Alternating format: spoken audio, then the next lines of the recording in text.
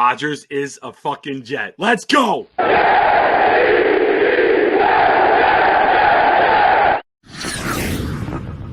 Biggie. This goes out to you. This goes out to you and you and you Biggie. And you. This goes out to you. This goes Let's out make to sure you. we play like the New York This Jets. goes out to you and you. The door waving the 4-4. All you heard was Papa, don't hit me no more. Kick in the door, We waving play the to win the 4-4. game. All you heard was Papa, Hello? don't hit me no more. Kick in the door, waving the 4-4. All you heard was Papa, don't hit me no more. Kick in the door, waving the 4-4. All you heard was Papa, don't hit me no more. On your mark, get set. When I spark you wet, look how dark you get when you're marked for death. Should I start your breath or should I let you die? In fear you start to cry, ask why. Lyrically I'm worship, don't front the word sick. You cursed it, but rehearsed it. I drop. Let's go to eat a damn snack. Let's go eat a goddamn snack. As we bring in snacks, Jets Lounge with us. Welcome, everybody. Proud New York Jets fan show with my friend Jets Chaos, Jets Lounge, whatever you are this week. What's up, buddy? I always get confused.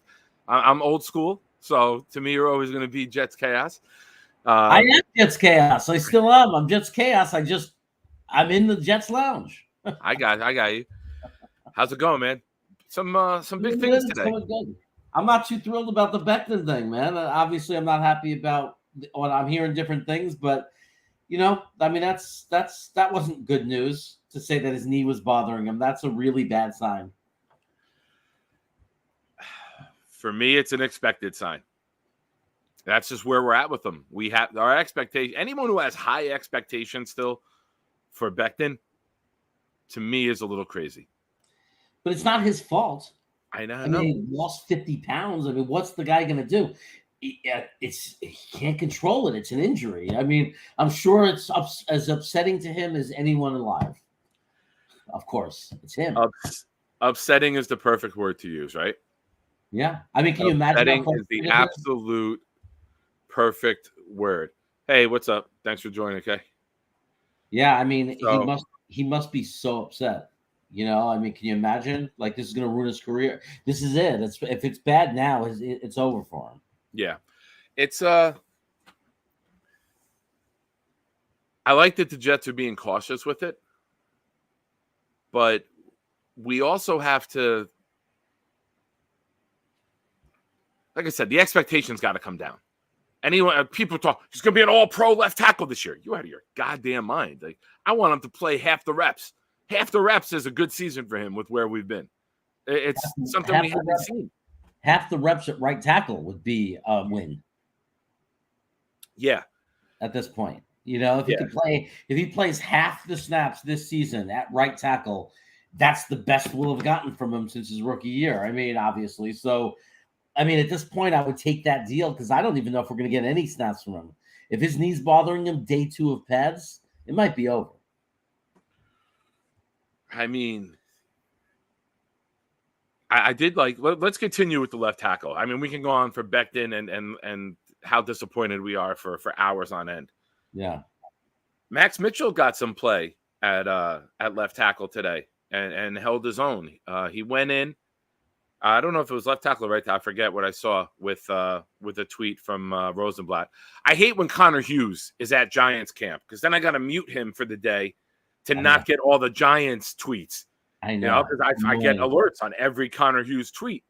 It's annoying when it's the Mets, but you deal with it. But when you want Jets news and you got Giants info coming in one after the other, I tweeted at him. I was like, it must feel like punishment to go from being with Aaron Rodgers at Jet camp to going to Daniel Jones. Janine Coakley is the resident senior reporter, so she gets probably choice of being at Jet camp, right? Yeah, I guess so. But I mean, it's annoying. They should keep one person in each camp for consistency. I think it's a really bad strategy on SNY's part. I think a better strategy is you have one expert per team. But having them go back and forth, just like us, if we miss a day, we don't know what's going on. It doesn't make sense. I mean, just have one person there every day so they know that they have the continuity and know the entire story rather than have to get caught up and filled in. It's not the same thing. Yeah. No, you're right. Also, shout out to my friend Rodgers, making New York great again t-shirt dropped off to me yesterday. A little get well present. What's up, Smitty? Thank you for joining, good sir. Why is Tittman playing with the third stringers? Because rookies got to work their way up, right? You don't anoint them from day one. Not everyone is Joe Burrow and Justin Herbert who come in the league and light it on fire from day one. You got some veterans in front of you. Learn the position, learn the cadences, because you don't want to ruin the kid before he even gets a chance to get his feet off the ground. So let him learn the checks, let him learn the protection calls, let him slowly evolve, and when he's ready, he gets in there. Either that or he's a bust. Pump the goddamn brakes. That's too much chaos. That's too much chaos. All right, I did my shirt. What the hell are you wearing?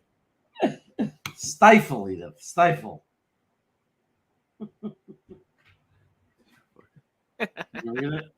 I got it. I want to make a comment about your gigantic nose blocking the shirt. The nose block. Oh, there we go. Okay, I got it. Stifle yourself, will you, Schmitty? Nice. What's up, JR? Guys, doesn't Clone have center capability? Not when I want him there. Just like his versatility, depth, capability, solid downline signing like QJ on the D line. Go ahead. I mean, it's about depth, and we've got tons of it. And believe it or not, we're actually going to have to release an offensive lineman. But when we cut down to 53, obviously there's guys we never heard of that will be released, but there's going to be at least one release that's going to get swept up by another team in a second that last year would have been on our roster. We're really deep, and I don't even know if we have the roster spots to keep them all. We really did a lot of those kind of signings, like under the covers, not big name signings, but guys with starting experience that are really provide depth for the backup roles. I mean, that's the best you can ask for. Guys that have played in this league, have started in this league and haven't been terrible. Probably the biggest improvement over the course of the last 2 years, maybe not with the starters, but like without argument, is the depth of the offense and defensive line. Like if you go to 5 through 8 on the defensive line and 5 through 8 on the offensive line in depth 5, 6, 7, and 8, and compare it to a year ago or 2 years ago, it's not even close. 2 years ago, our 5, 6, 7, 8 defensive linemen would be the starters, and our offensive 5, 6, 7, 8 was pretty much the starters. So I mean, that's how far we've come. Yeah, absolutely. We're not at the point anymore where we're scraping or signing guys who aren't even on an NFL roster for weeks when we have the depth now. Joe Douglas has done a great job getting depth on this team at every position, right? Mm-hmm. It's a new day for a Jet fan. You know, like we do have the next man up, and we have those guys in the building. We are going to be cutting guys who are scooped up and probably become starters or key contributors to other teams. And it's not that we cut the wrong guy.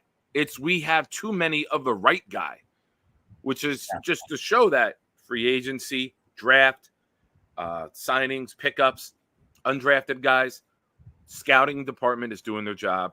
Front office is doing their job. We're finding the right players. You know, you look at center, you got Schweitzer, you got Tittman, and you got McGovern. You got 3 guys who could potentially be starting. We couldn't find one guy some years. Yeah. You know, the first thing Joe Douglas did was bring in Ryan Khalil was his name, the center who retired from Carolina. Like Joe convinced him to come back.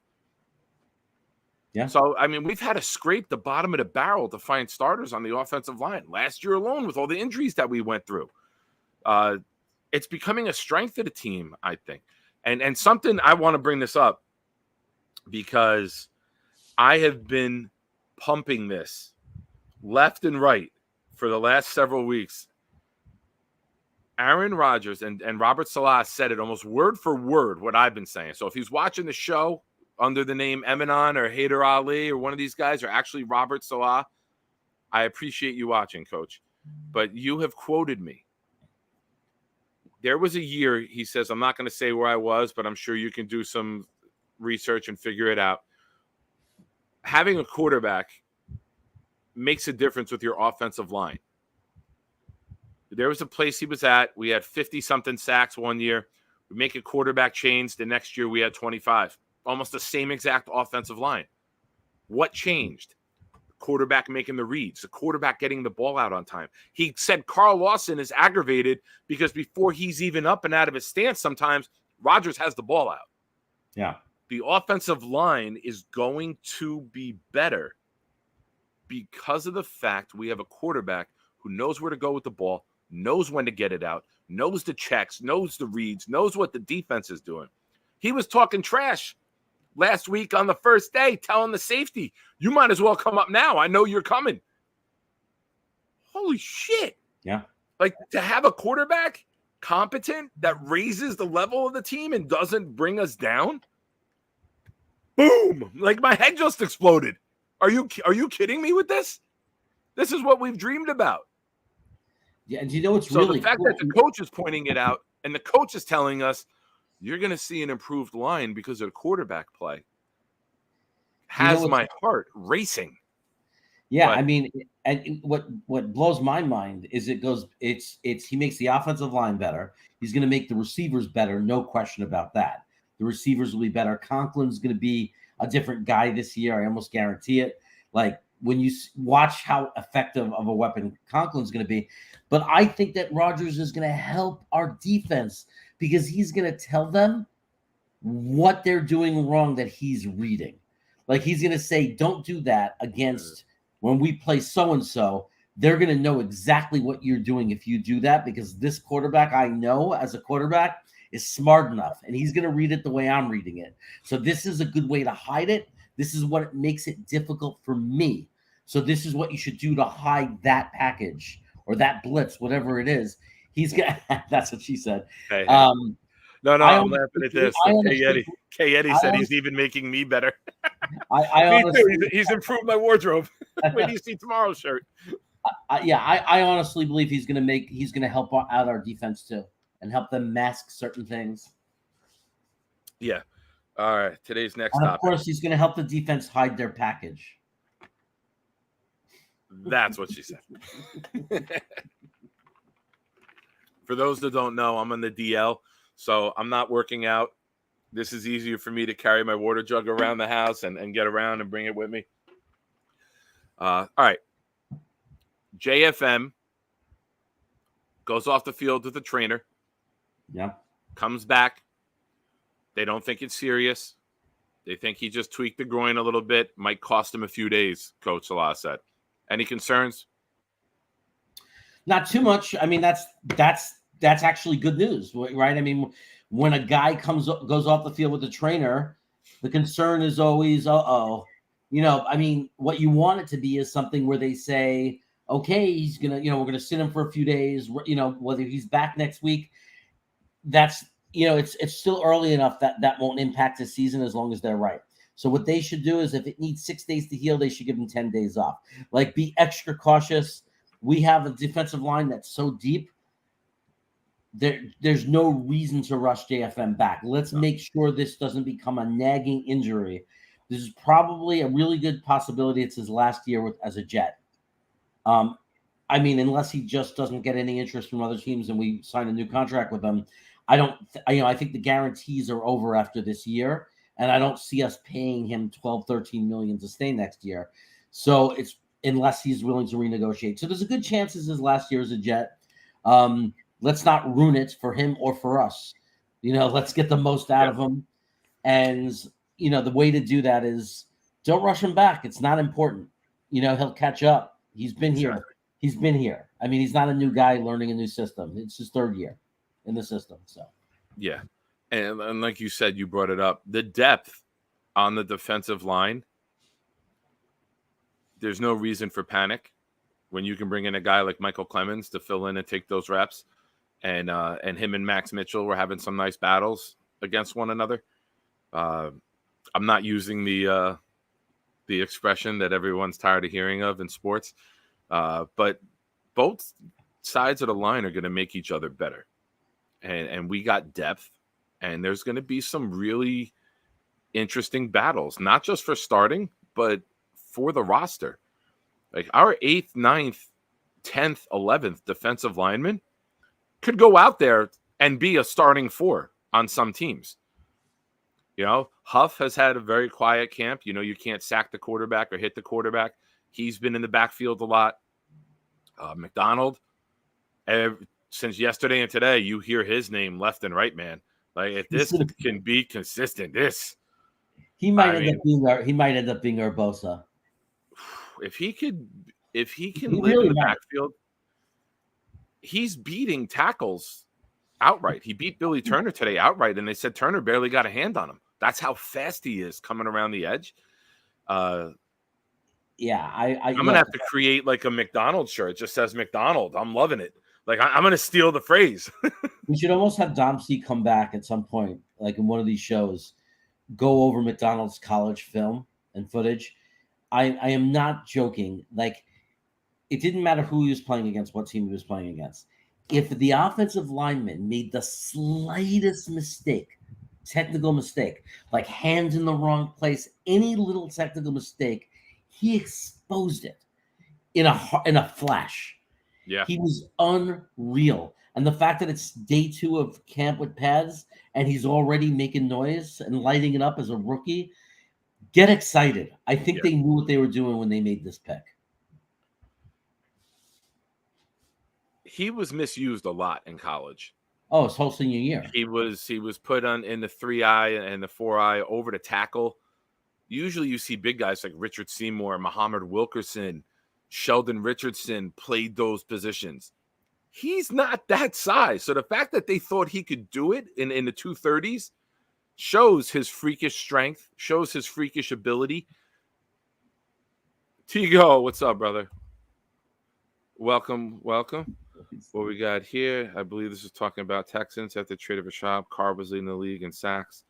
Say what we want about Shabby, consistently passed for over 4,000 yards.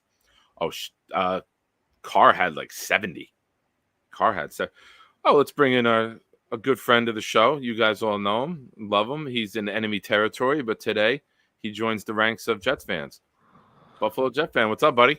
What's good? What's going on, guys? Jeremy, I haven't seen you in like feels like 5 years, dude. I know. I'm looking down right now with my shoes to make sure you didn't set them on fire. But you prankster, it's good to see you, brother.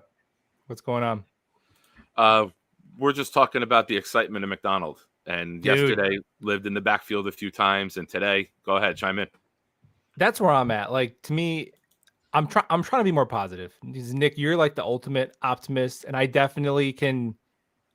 I have like a little bit of a knee-jerk PTSD Jet fan reaction to me that I'm trying. PTJD, bro. It's PTJD. Yeah, I'm trying to do away with that disorder. this year. And for the last 2 days, I am going to choose to be way more excited about Will McDonald being unblockable than Mekhi Becton's knee. That's just, and I'm not saying that anyone else who's focusing on something else is wrong. That's just where I'm at. Because this kid's going to be a special player. I truly believe that he has the highest ceiling of a pure pass rusher of anyone this team has had since John Abraham. I really believe that. And not this year. People are going to be freaking out because he's going to be playing 22% of the snaps in the deepest defensive line room in the league and be freaking out that he wasted a pick. But then year 3, when he has 13 and a half sacks and is doing a Hassan Reddick impersonation and has 3 forced fumbles. Yeah, this was it's not, the draft is not complicated. Get really good football players at premium positions. That's it. And just keep doing that. And that's what the Jets did, in my opinion, of Will McDonald. And just so Tigo doesn't explode, yeah, absolutely. Let's point out and say, when we say he was misplayed and they misused him, it doesn't take away from the fact that he had an amazing year. He still won every matchup, even though he was undersized. Right. What we're saying is he could have had 15, 16 sacks and been one of the highest recruited, edge rushers in the country, top 10, talked about like the other guys, but he wasn't playing the wide gap, which is where he should be. So, but take nothing away from him, even on the inside, even undersized, he was winning every matchup. I mean, he was. It's a compliment, what you're saying. Yeah. He was abusing people no matter where he played. Real quick, seeing we got some names here in the chat, guys. Jeremy and I are going to be doing training camp recaps every day. As soon as the Robert Salah press conference ends, days of practice, we're going live. We may have some guests in, like Buffalo. We may be going just the two of us. You might have to look at our ugly mugs alone.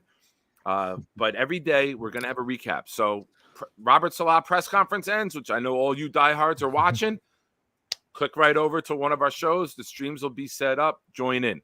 We figured it's a good opportunity to discuss the events of the day, storylines from practice, who did well. Everyone's doing well. We're not even. That's how positive I am. But we're never going to discuss the other crap. But yeah, back to McDonald. Imagine him just being Mariano Rivera this year. Be the closer. Be the guy on third down, fourth down. We got that lead. We're up 30-24. The other team needs a drive. He's fresh coming in. You got him. You got Huff. You got Lawson. Clemens will be in there late in the game.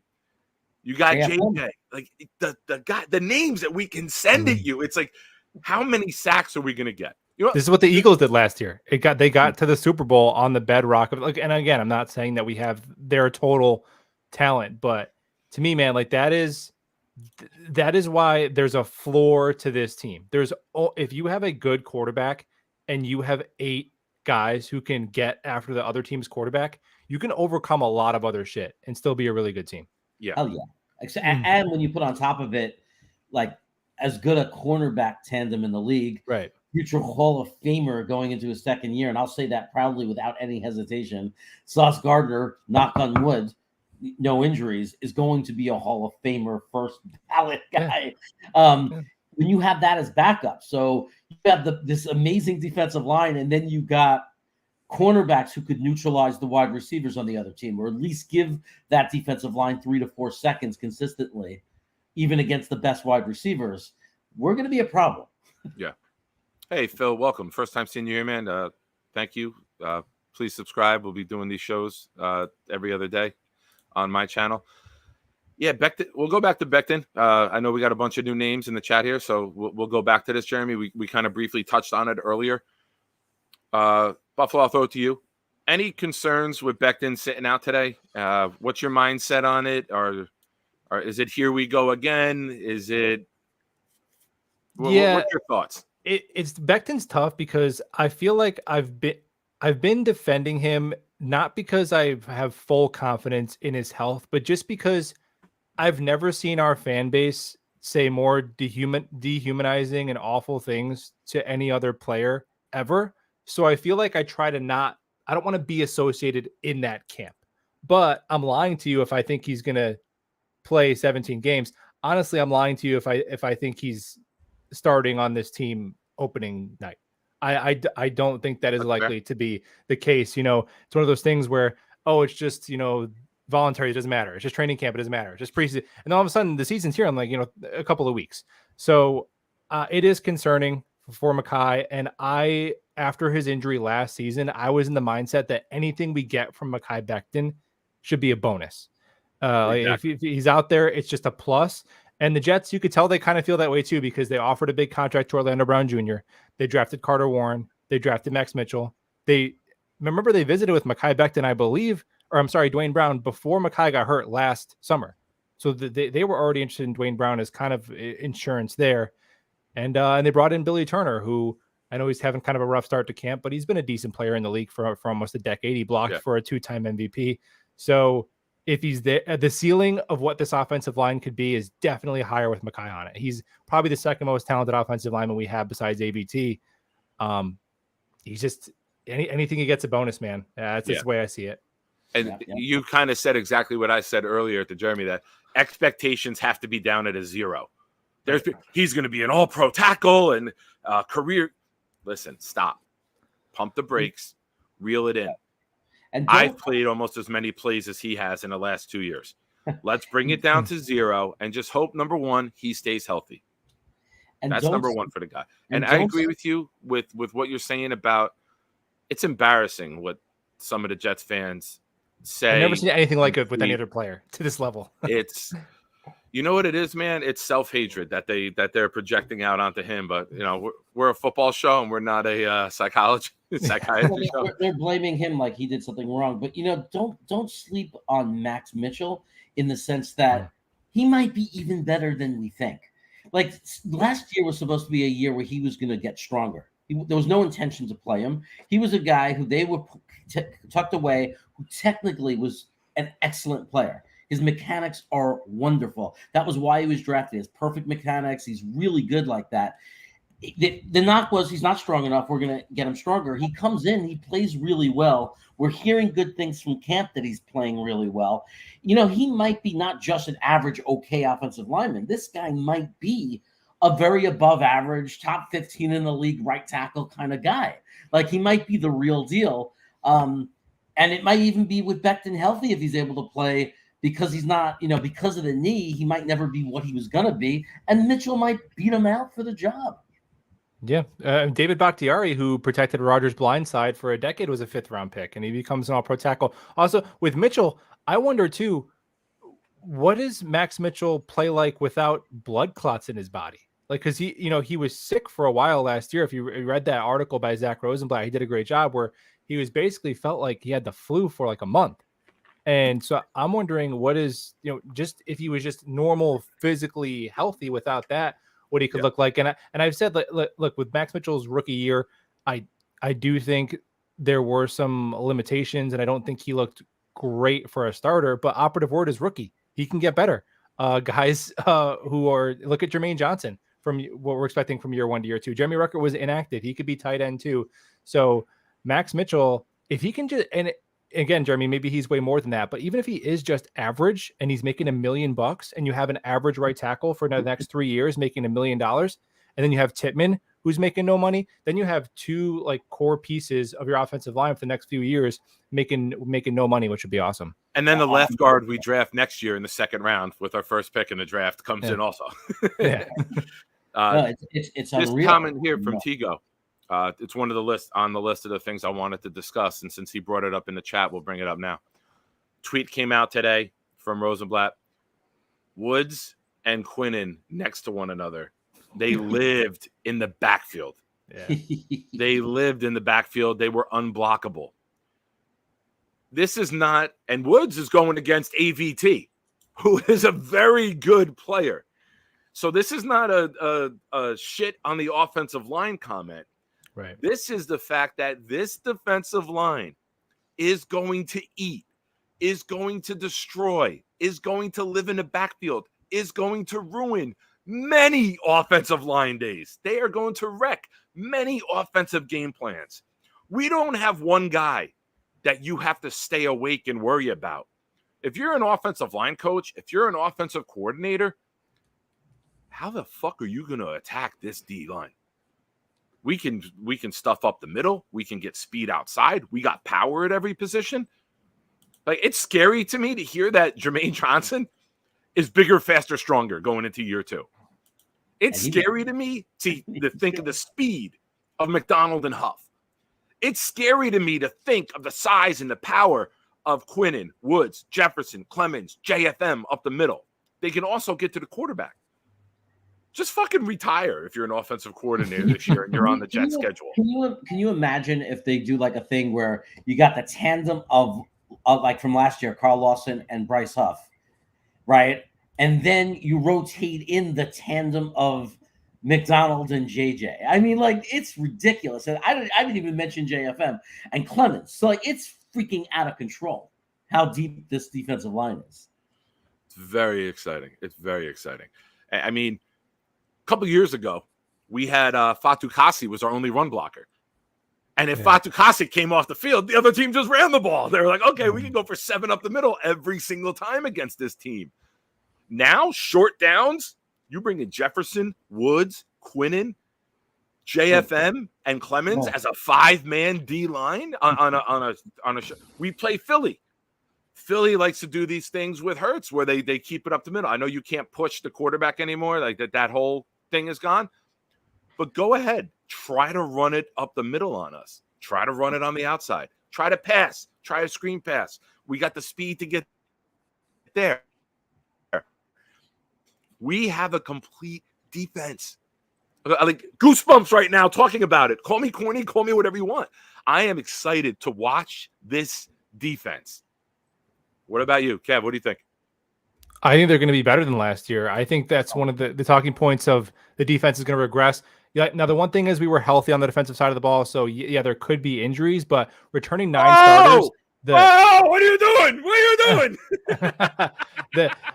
We got 9 starters back. It's the 3rd year of the install. They're already immediately you could tell the chemistry is there and they're ready to go. And I think that so we got McDonald.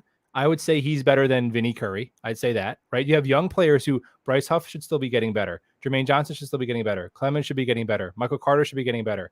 Sauce is like, oh, can Sauce still be the best corner in the league again? Yeah, no shit. He's going to be better. Why would anybody assume that? That's just people being haters. And whether it's Adrian Amos or Tony Adams, they are both better than LaMarcus Joyner. Jordan Whitehead playing next to anybody but not named LaMarcus Joyner will probably be better. CJ Mosley, I don't care how much money he makes. We got to stop obsessing over the contract our last GM gave CJ Mosley. Who cares? He is good at football. He was a second-team All-Pro linebacker. And Quincy Williams has gotten better each of the last 2 seasons. Can he get 10% better in this system? And having a quarterback, playing with a lead, having decent field position, having something to actually play for. I think this defense I think it's the best defense in the conference. I don't know about San Francisco or Philly, but I think I would take our defense over Buffalo, New England, or anybody else in the AFC right now. I think we're going to be in the top 3. I really do. I honestly believe we're going to be a top 3 defense. I believe that we're going to look like, if you want to know how it looks and feels, look at San Francisco the last few years. That's how it's going to look and feel, right? Like, to really get to believe in your defense. And last year they were great last year, but you never really trusted it completely. Now, I mean, you can trust it. And what's really cool is I remember before we went into the offseason, this is the build a JD statue, because not only did we get A-Rod, but a big question at the end of last year was, were we going to be able to run it back with the defense? Were we going to be able to hold the team together? We thought, Lawson's going to probably have to go. Whitehead might go. It's not going to be the same team. I'm more excited about the defense this year than last year, like what you're saying. I believe they're going to be better, which is amazing, because not so many months ago, people were questioning whether we could run it back with them. Yeah, and getting and replacing guys like Sheldon Rankins with Quentin Jefferson, who, if you like, has all the same pass rush production as Rankins did. So you replace Rankins and Nathan Shepard with Jefferson and Woods for 1/3 of the price. I thought dollar for dollar, Joe Douglas had a better free agency this year than last year, just because of the value of the moves that we got with guys like Jefferson and Hardman and Woods, and would have put Chuck Clark in that conversation too. I agree with you, Jeremy. I was worried about that they weren't going to be able to run it back with these guys. And Lawson right now is running with the second team. Like, do we understand that? It was, how long ago was it that Henry Anderson was asked to be our best pass rusher? He wouldn't make this team. He wouldn't make the roster. No way. Who are you? Maybe over Solomon Thomas. Maybe he's the 10th defensive lineman on this team. Think about that. We've gotten 10 better. Yeah. 10 humans better at defensive line in 2 or 3 years. It's crazy. Our worst defensive lineman is there because they love him as a character. Because he's got a strong handshake and he grunts when he lifts weights and all that. That's why Solomon Thomas is on the team. Yeah, exactly. It's amazing. I want to thank everyone who's subbing to the channel. Appreciate you guys. I saw King Losky. Thank you. What else did I have here today? Oh, he also praised Tony Adams. Said that opportunities, you never know where your opportunities are going to come from and how they're going to come about in this league. And Tony Adams is making the most of them. Love it. You mentioned Joyner. The only game I'll take Joyner was the Pittsburgh game last year. He had that huge pass breakup deep early in the game, and then he had the interception in the end zone. And we were all like, if Joyner plays like this the rest of the year, before the sentence wasn't even over, it stopped. He had that one moment in the sun, and then that was it. So what do you guys think about the safety on the back end? Go ahead, Jer. No, I have been saying if I trust Saleh and the coaching staff, one thing more than anything is evaluating defensive talent, because they're a proven entity in that. Saleh has a history of it, and they obviously love Tony Adams, right? We let Pinnock get away because we didn't want to risk losing Tony Adams. So it's not shocking to me. They saw something in this kid. He needed time to learn the system. There were probably things he needed to develop, which is why he wasn't drafted. And I think that they may have solved the problem. They may have, given him that coaching that he needed. And that's what it's all about, right? It's about developing players. It's about being able to see talent and develop them the rest of the way. And I think Tony Adams is going to be one of those stories along with Sherwood. Which you need on a roster. We can't have $5-10 million guys at every position, right? Something we brought up yesterday. You need your Max Mitchells. You need your Jeremy Ruckards. You need your mid-round guys who hit to fill out your roster. When you look at the Chiefs, their whole wide receiver core, aside from Tony, are mid-round guys. They found Trey Smith, who I wanted really bad at right guard from Tennessee. He had a little heart issue, fell to the 5th or 6th round. They got him, and now he looks like he's going to be an all-pro right guard for many years to come. They got Creed Humphrey in the middle rounds. You got to hit. Of course, you trade up for Mahomes. You went all in for the quarterback. I get it.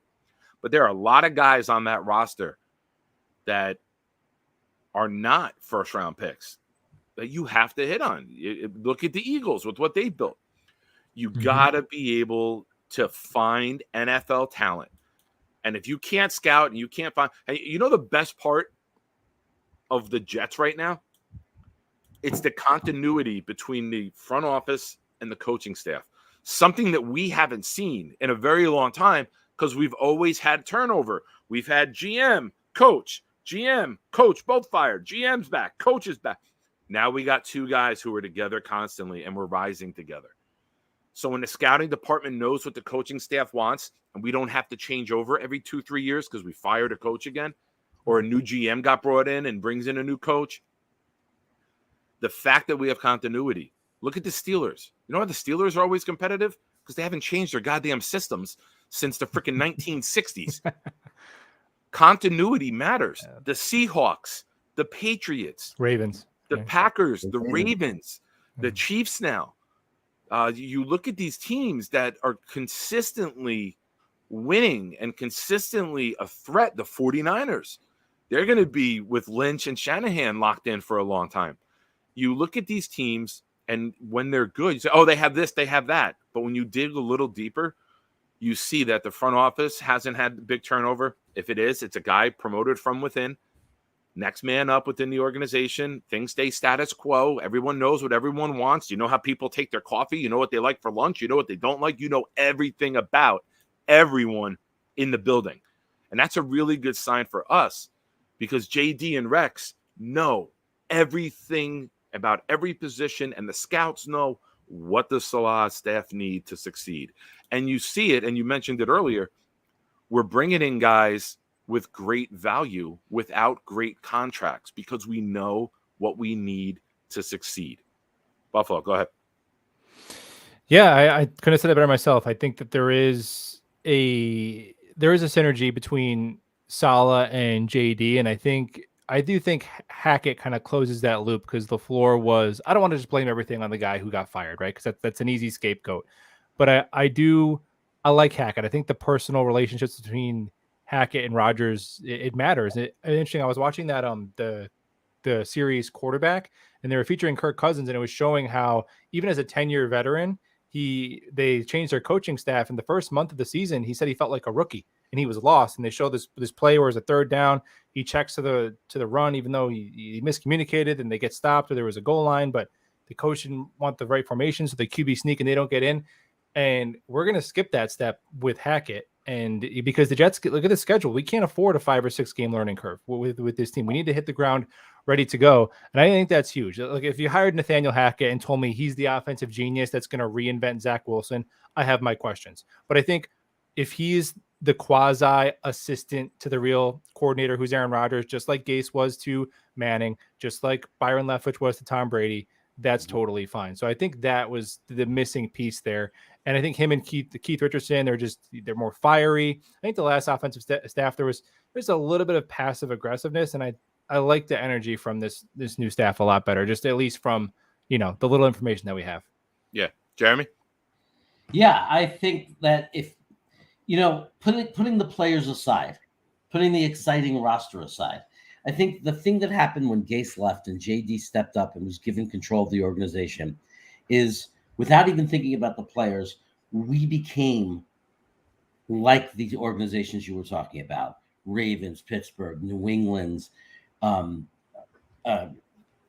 Kansas City, Baltimore, in that we got a GM that knew how to do it. And I think that based on what Buffalo was saying and what you're saying, what it sounds to me is we have to change one of our phrases, and our cat phrases needs to be continuity wins championships. And that's what it's about. And when we got JD, that was his vision. His vision was, I'm going to build continuity. I'm going to get young players. I'm going to start over. He did it. He stripped the team down and he rebuilt the team. But most importantly, he made sure that we were going to have continuity, and we were going to be one of those organizations that didn't every year try to buy big name stars and patch it up and put together a team every year that's different from the year before, but actually build on top of what we have. Yeah, let's talk about this here. Simon, what's up, buddy? Hope everything's well. You guys need to talk running backs. I have no faith in these running backs besides Hall, hoping Hall is back sooner or later. Jaron, go ahead. You lead off with this one. Well, I mean, look, all we have to go on right now is his rehab is going great. We can't change physics. We can't change the world of medicine. If he's not able to carry the, start game one, if he can't carry the ball many times, there's nothing we could do about it. What I like about Breece Hall in this rehab and what he's doing is he's doing everything right that's within his control. Everything that he can control, he's doing well. The fact that he's running 23 miles per hour on a treadmill is really, really exciting. And the fact that one of the things that got me excited was I saw some footage of OTAs where he was making cuts. And that's really, the biggest test, right? That's going to be one of the biggest things. The two biggest things are, can he cut and accelerate? Because that's what made him special. And also the psychology. Like, will he have the confidence, in his head to trust the knee and let loose and be the guy that he was?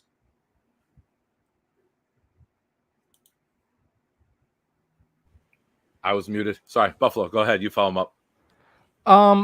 I actually, I've said I'm willing to offer Dalvin Cook a modest contract. That's just a football player. I know there's other stuff, accusations that I have no way of knowing. So if that doesn't factor in the decision, I would be on board with that. But I am pretty high on some of these Jets running backs. I think in the modern NFL, your running game is mostly a function of your offensive line and your scheme. Besides those elite few, Nick Chubb, Derrick Henry, I think Breece Hall is on his way to he is there. I don't need to see anymore. When he's healthy, he's there. I'm sorry. Getting 6 yards of carry behind that offensive line, getting 100 yards receiving and 100 yards catching in your fifth or sixth game, it's running back. He can play. But I think some of these other guys, like Michael Carter, I think it's too much recency bias, man. The dude was really good football player for an entire season. Then his rookie year, where he's a broken tackle machine, and I've seen him dominate entire games. The Mike White game, you mean when Michael Carter had like 200 yards from scrimmage? Yeah, that's the Michael Carter game. Mike White threw check down passes to Michael Carter, who broke like 3 tackles every time, and that's how he got 400 yards. Yeah. Even the opening game that we were all at, before Garrett started taking a lot of snaps and Breece, Michael Carter was our best offensive player in that game, the first couple of games of the season. And then he falls off. Then there's the ankle injury. He comes back from the ankle injury. It's like less than 2 yards of carry. The fumble is the killer. He loses confidence. But I've seen a big sample size of Michael Carter being good. And with Bam, I think he's the standard guy where he's going to take what the offensive line can give you and not make any mistakes and be good at the little things. And then I think Izzy can give you some home run potential. At the end of the day, I mean, well, who were the Chiefs and Eagles running backs last year? Like some random 7th round dudes that make $1 million because they have really good offensive line. So I'm fine with bringing in Cook, But I think that what we have at running back can be good enough if the guys up front are doing what they got to do. Yeah, everyone's got to remember, like you said, with recency bias, it's also that way with the offensive line. Nobody was crying about the offensive line when we were 5-2. Right. And then the Denver game hits. Hall is out. AVT goes out. We lost our identity. We were going to run the ball. You knew we were going to run the ball, and you couldn't fucking stop it. But when we lost those two, we lost that ability. That's when you saw the boxes get stuffed. All the pressure came up. Listen, we weren't putting up 500 yards a game, but we were an efficient enough offense to put points on the board. And when we lost Hall and AVT, we lost that ability. We lost our identity. Now, you add the passing threat that we have. It's a pretty good guy, right? Like pretty big name. Pretty decent at the quarterback position. He has no problem handing the ball off 25, 30 times a game if that's what it takes to win the game. He'll do what it takes to win the game. He'll check to the runs if he sees the run is open. He's handed the ball off a lot to Jones and Dillon. He's got no problem doing that. He's not a guy who's just going to throw the ball to throw the ball. We're going to be able to, and our running back room, to me, is like a bullpen. There's a bunch of different guys that do a bunch of different things. Yeah. So Carter can be your pass catcher. Bam can be your short down guy. I think we're good enough until Hall gets back to full speed. I don't think you're going to see Hall as a clear-cut RB1 week 1. No. I hope I'm wrong. But I think you're going to see a guy that just needs to get his legs back underneath him, maybe get 10, 12 touches week 1, 12 to 15 week 2, 3, 4, and then after the bye week. You're going to see the confidence build. Yeah, the bye week, you're going to see an explosion. You're going to see a guy take off and be one of the elite backs in the league. Now, I know everyone's going to panic week 1. Oh, they rushed him back. He's not early. All right, he had 7 carries. He had 72 yards and a touchdown. Calm the fuck down. What do you want, 150 yards? He averaged 8 yards a carry against the Bills. Calm down. But you're looking at it's going to be by committee.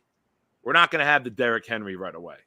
We're not going to have the Chubb, like you mentioned. We're not going to have the McCaffrey. He's not going to have 1,000 and 1,000 right away. He might have that in year 2 with Rodgers. He very well might. But you're protecting the entity short-term and long-term. You're trying to win, but you also got to make sure you don't let the wheels come off the kid and he suffers another injury in year 2.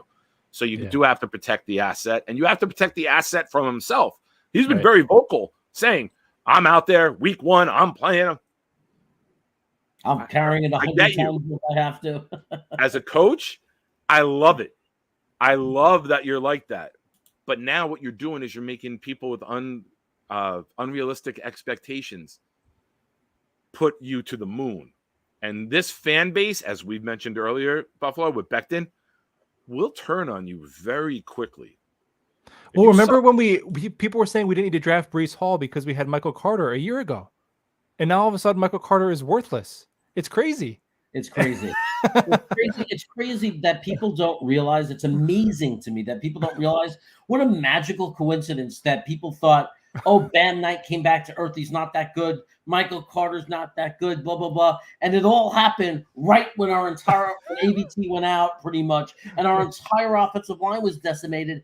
And when defenses lost all respect for Zach Wilson and started putting freaking 9 guys in the box. I mean, do you think maybe all the injuries to our offensive line and the fact that teams were relentlessly packing the box? They were run blitzing on 2nd and 5. I've never seen anything like it. Right. They were playing like it was engage 8. It was the Madden defense, engage 8 on every freaking play for 16 weeks. They were playing us as if Nick Shine was our quarterback. Post-toe operation. Nick Shine would have hit some of those check down passes, though. I've seen him throw in the parking lot. Nick Shine can hit Berrios in the flat. I mean, we would have been 11-6. And I'll agree. No one ever said that Bam Knight and Michael Carter have to be Barry Sanders, and Henry and these elite guys. They're very solid, good running backs, but those guys are gonna be susceptible to. They need an offensive line. Yeah. They need a passing game that's going to open up some holes and some space. If you're going to let the other team put 8, 9 guys in the box, and run blitz. No, they're not going to do anything. And so it's not that they had such a bad year. They fell apart when the entire offense fell apart. And unfortunately, we didn't have an answer because we didn't have the quarterback. And we just could not answer. But when you look, when we had any kind of competency at quarterback, when we had our offensive line healthy, those guys were fine. They were absolutely fine. Yeah, so, right. So to me, I'm not going to complain if they sign Cook to a reasonable deal, but I'm not sitting there thinking we desperately need Cook. We don't. Yeah, if the Dolphins sign him, I'm not going to throw a pity party. But if we do sign him, I'm like, cool. You know, it's like Quan. Sure, he makes us better, but you know, if we got to roll with the young guys, just like Nick said, with Quan Alexander, it's like, okay, we have to develop our young guys eventually, right? If you're going to be a good team, your 5th round picks have to be able to turn into good rotational players by year 3. You know, your Jamie and Sherwoods have to be able to play by year 3. I think Nick, you mentioned the Chiefs are the perfect example. You look all and down their roster, it's like 2nd, 3rd round picks, and then they'll trade Tyreek Hill. And guess what? If Chris Jones wants his Aaron Donald money, they'll flip his ass and they'll get and everyone will say they did something dumb, and then they'll draft they'll draft 4 starters with the package they got for him and keep it on moving. Yeah. You're gonna see that the tides start to turn. Like we're gonna have depth everywhere. We're gonna have next man up. We're not gonna have to go live in free agency with big contracts. The days of us being the biggest story on free agency, I think, are over. We're going to find the value. We're going to find the roster fits. We're going to find the scheme fits. And the days of giving out the Le'Veon Bell, the CJ Mosley, these massive contracts, you know, Decker, all of these free agents. Yeah. It's over. I want to scan real quick through that. I'm going to throw this question out, and I want to scan through the chat. I see a bunch of new names. I want to welcome you guys. Zachary, welcome. Timothy Lee. Let me see. We got Brandon L. Welcome, guys. I promise I'm going to catch up with all your chats. That's Brandon. I thought it was Braden. Sorry. Is it? No, you're right. No, you're right. It's Brandon. Welcome. If you guys are new here, Jets Lounge, chaotic one here, and myself are going to do a post-practice wrap-up show every day. As soon as Robert Salah's press conference ends, we're going to go live. We may have some guests, like we got the good Buffalo Jet fan here with us today. Tigo may join us some days. Hopefully we get Dom C. We know people's work schedules aren't as flexible as ours, since I am handicapped right now and unable to do anything except sit and talk. Buffalo's off for the summer, as well as Jeremy. So it's we're going to be doing different shows. Jeremy and I are going to alternate between our channels every day. So make sure you're following him as well. Jeremy, if you want, we got some new names. Put your show in the chat, and they can also follow you to see us there. Yeah, I'll put in there, guys. So we'll be back tomorrow. Not that we're ending the show, but just so you know, I'm putting down where you can just find me at Jets Lounge. I'm gonna just put a little post in here. Very easy to find. Just search Jets Lounge. Because we will be back tomorrow on my channel. We're doing this pretty much every day. So if you haven't, make sure you're subbed up. And yeah, we're going to keep this going. You can always come here after the press conference from now on and get, reaction and be part of it. We'll read out your chats and have a discussion about what we're hearing from coaches and players. After the press conferences, we'll just be here alternating channels. Awesome. All right. So Zach asks, do we have the best edge group in the league? I'm going to be short with this. No. We have the potential to have the best D line in the league, but we don't have a guy at edge who's gotten double-digit sacks yet. So I can't say we have the best edge group in the league when there's teams like Pittsburgh. There's teams, Cleveland's got a good group. Whoever's across from Bosa is an elite tandem in its own right? Yeah. San Diego, 49ers. You need that elite guy, I think, and to get up there, because you need that guy that is the wrecker, and then everyone else. We might have a good group overall, and collectively might help one another. You look at Philly as well too, with the numbers they put up last year. And I think we're going to get up into that conversation this year because of the fact we're going to have so many leads late in the game. We're going to get to pad some stats. Philly was up 17-0 a lot in the first quarter, and now it's 3 quarters of just going pass rush after pass rush because other teams had to abandon the run. Right. So we're going to have some games with 7, 8, 9, maybe even sacks in a game because we're up 17-0 3 minutes into the second quarter. So we're going to be able to tee off more, but I don't think we have the best edge group, but I think collectively we might have one of the best defensive lines because our interior might be the best. I'll give you interior might be in that conversation, but not the outside group yet. Let's get a guy with double-digit sacks. Let's get 50 sacks in a season before we could say that. But I think the potential is there, Zach. I really, really do. Buffalo, go ahead. I'm going to catch up in the chat. I think we might have the deepest and most balanced edge room in the league. But you're right. We don't have a player who's had over 8 sacks in our edge room yet. But I'd be willing to bet that most teams are okay. So if it's Lawson and JFM, and then let's say it's JJ and Huff behind them. So Will McDonald, guys, he might be inactive. Like, I mean, who are you gonna or the Bryce Huff might be inactive again, and we're all gonna freak out. When you take a rookie 15th overall and you're wondering, and he's killing it in camp, and you're still wondering if there's going to be snaps available to him, I think it might be the deepest. But no, until one of those guys asserts themselves as a Bosa or a Micah Parsons, I'd probably say not the best just yet. Okay, Jeremy. Yeah, I think that just while we're on that topic of how deep we are, I wouldn't have been surprised if the Jets would have been perfectly okay with a team stealing Huff and giving us a second-round pick. I think that the JT would have been perfectly fine with it. Nothing against Huff. It's just because of the depth of the team. As far as I agree with you guys, until you have that dominant guy, that's why I said, man, I hope McDonald's could be like a Nick Bosa. I don't know if it's going to be JJ. Everyone's saying how improved he is, and he might start lighting it up. I think the number of sacks is going to be difficult because of the rotation if they don't play enough.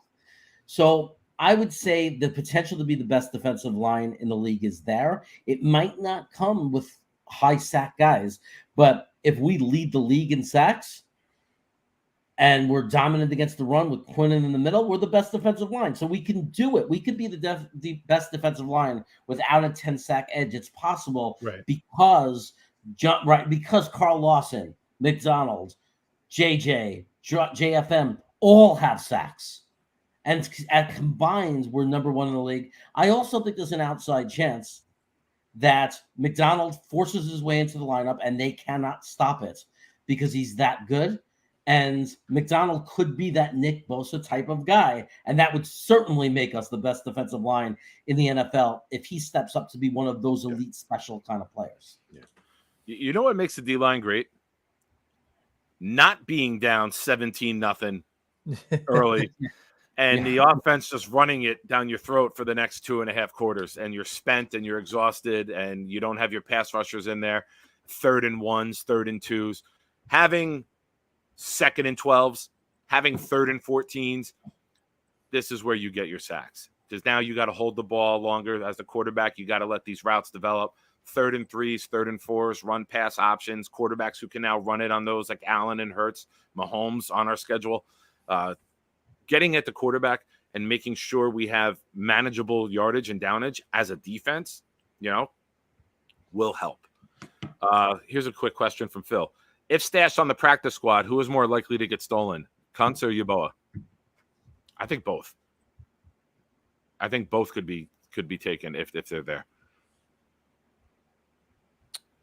But if I had to pick one, I'll go with Kuntz because he's a rookie. And Yeboah has been there a few years, and he's been on some practice squads, and he hasn't been stolen. Right. So I'll go with the young athletic freak because he's the most athletic tight end ever at the combine. So I'll say him. Yeah, I think you could probably keep them both because you've kept Kenny before, and Kuntz.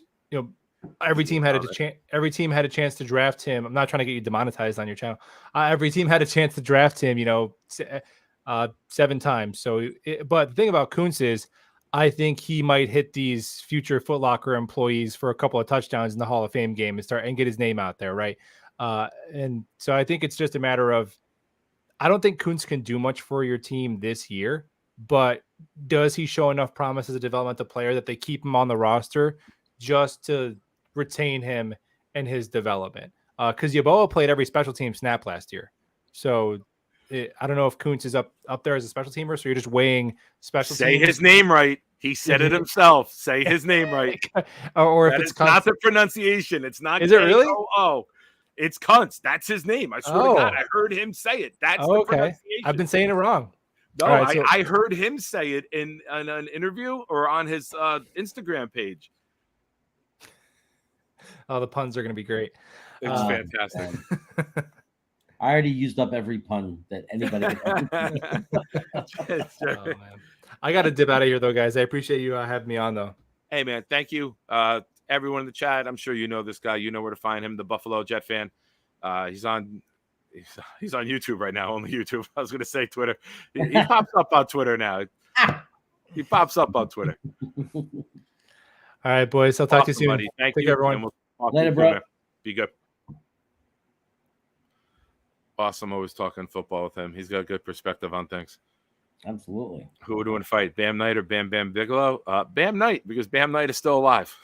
Yeah. We're gonna do a speed round here through the chat to catch up. How hard would it be how hard would it be to beat up a bunch of bones?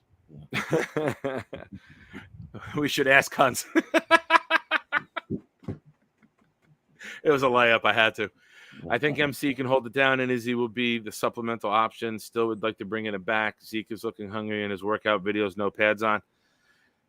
Yeah, I can't entertain Elliott. That's just me. I've seen him fall off, and I haven't seen that with Cook. I would rather Cook than Elliott. I just think too much. I don't think Elliott's a good fit here. Hey, Nick. I just don't think he's a good fit for us. Hey, Nick. Shoot. Your cunts puns are as used up as an old bunch of cunts. Okay, any running back would look like Ish. How do you run? Yeah, exactly. We had no option to run. Mark Orlando, welcome, man. First time seeing your name here. They're going to pay Chris Jones. Absolutely. Jones waited for Quinnen to get paid. Coincidence that his announcement of I'm holding out came within 24 hours. Zach Rosenblatt with the tweet right now.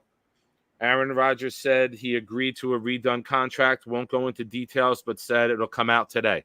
So that's something to look forward to. We'll have the information today. Mark? It's basically when someone's about to tell you the price when you go to pick up your car from the mechanic. Yeah. Why don't you come in with your credit card, and then we'll tell you what it is. So that's a good sign. Maybe we get some more. It's the way these contracts are now, the money that you give up front. Like you look at the Justin Herbert contract. I mean, I think he's getting paid $100 million this year, but I think it's only 21 on the cap, which is it's insane. I know. Well, look at Hurts. The Eagles Same thing. The Eagles. Is the most cap friendly looking contract I've ever seen. They give them all the money up front, but they recognize the money, and they recognize the money in 5 or 6 years from now, when the cap is going to be so much higher anyway. So the Eagles did a brilliant deal, and what I love is JD learned from those guys. Yeah. Yeah, I cannot wait. I think Jets fans are going to lose their fucking minds when we see this contract today. But, Mark, I do want to say welcome, man. If you haven't already, please subscribe to the channel. It's good to have you here.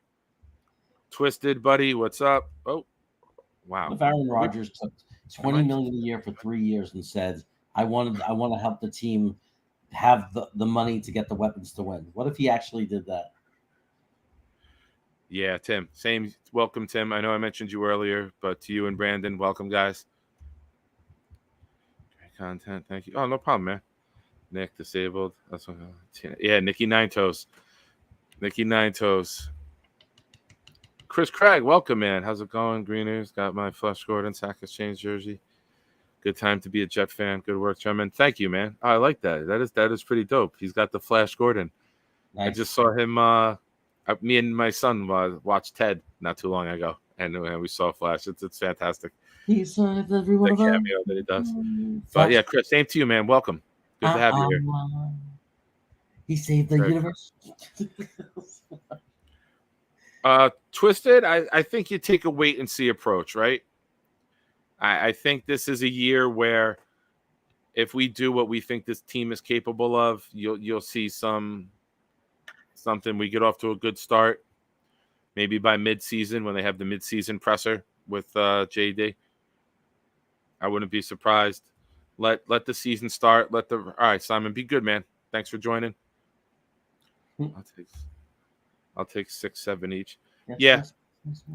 Timmy, good point. Until somebody emerges as that guy who's going to be the guy, it's going to be by committee. And I'm fine with that because it works in this system. We don't have the Nick Bosa that the 49ers have. So it's going to be keeping everyone fresh. Well, we might. We just don't know it yet. We might. But exactly. Like going into the season, you hope someone emerges. Big O's. Can we finally use the K word? Yeah, okay. Oh, McDonald's. Yeah, You know my deal, right? If, you know that I'm going to be eating a double cheeseburger. I think I said McDouble. I'm going to be eating a McDouble for every sack McDonald has, like on the at the next show. So, like in other words, if he has 3 sacks, and we have I have a Sunday night show, I have to eat 2 double cheeseburgers, 1 for every sack. And that's an appetizer for you. So every time you see Will McDonald get a sack, hopefully he'll get a lot. Know that I'll be eating a double cheeseburger the next time I'm on live. Nice. I want to see the day he has a half a sack. If you can stop at half a burger.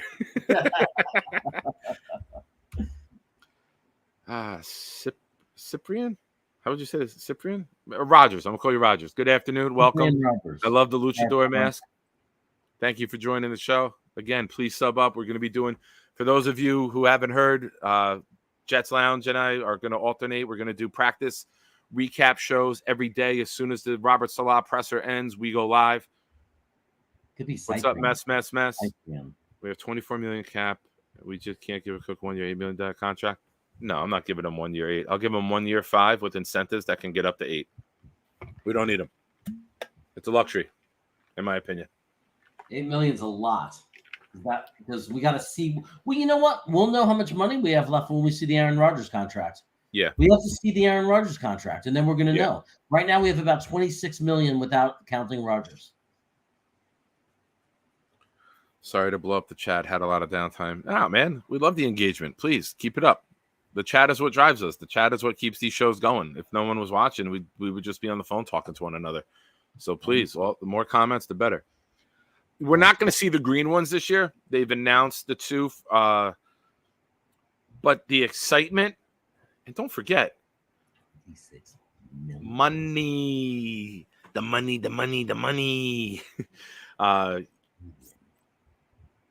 You look at the Jets shop, and my son's birthday is coming up in September. So I was looking at getting him. I love this logo here, Weed the People 732 made this logo and tagged a couple of us on Twitter. I was like, I'm taking that, and it's my green screen background from now on.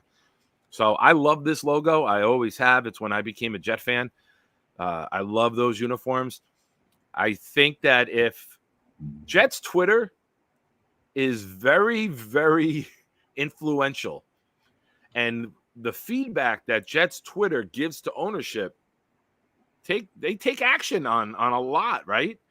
So I would not be surprised if it's been 5 years. You can't change your brand, your uniforms every 5 years. You have to stick with it. It was Darnold's second year. He was drafted in 18, 19, 20, 21, 22. It's a 23. It was the 5th year with these uniforms. So it's a tease. It's got everyone riled up. It's got everyone excited. It's got people spending money. You got to make all this money back that you're giving Aaron Rodgers a huge bonus today. Let's see. I think it's a possibility, Yeti. I really, really do. I would not be surprised if Woody just says, let's give them what they want. They've been supportive when we've been down. Now we're on the upcome. The Johnson boys could give A-Rod $60 million as a bonus without blinking. Would help with keeping our homegrown talent. Yeah, there's a percentage of the contract. He might get an extension with more money. You might see they might have an agreement. Like he's like, I'm committed. I'm going to give you at least 3 years, potentially a 4th. but I love it here. I love the culture. I love the environment. I'm doing it.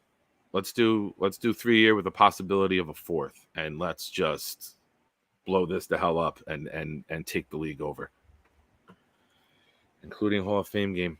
Phil, I'm not sure what you're referencing with that. If you could clarify. Phil wants to make $26 million. McDoubles with your hot sauce? Oh boy. How about a Mama Celeste review? 26 million.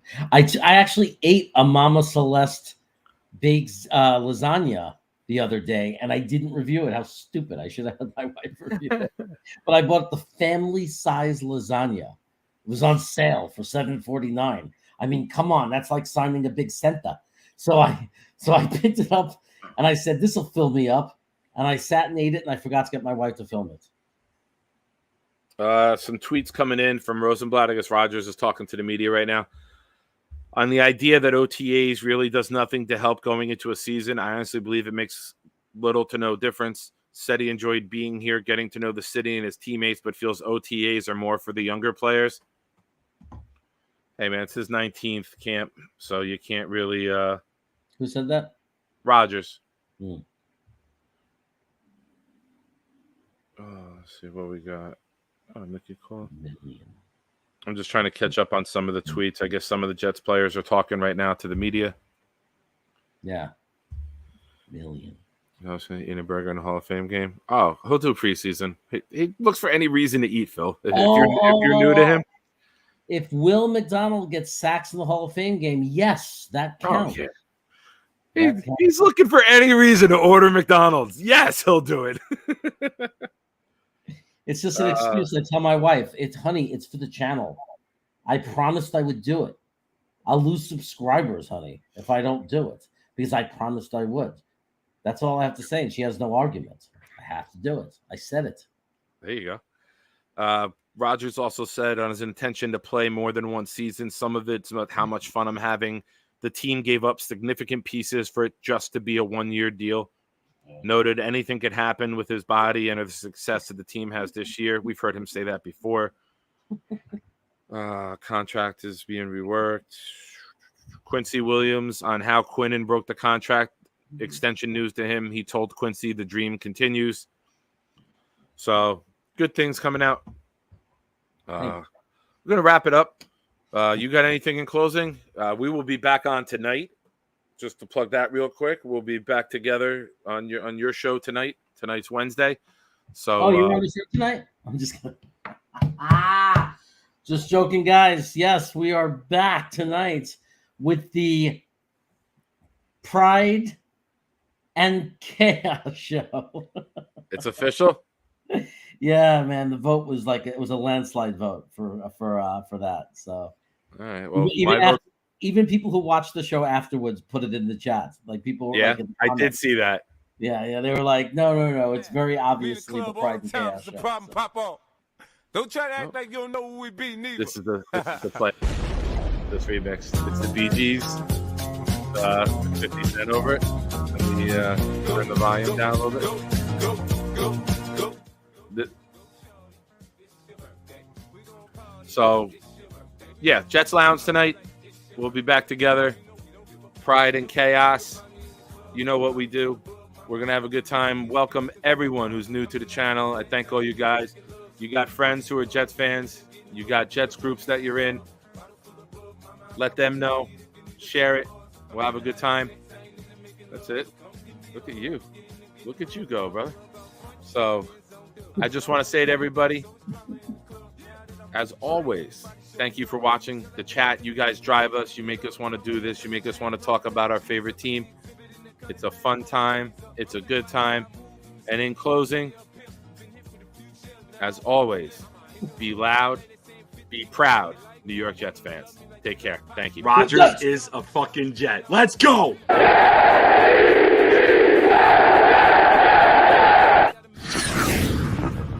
Biggie. This goes out to you.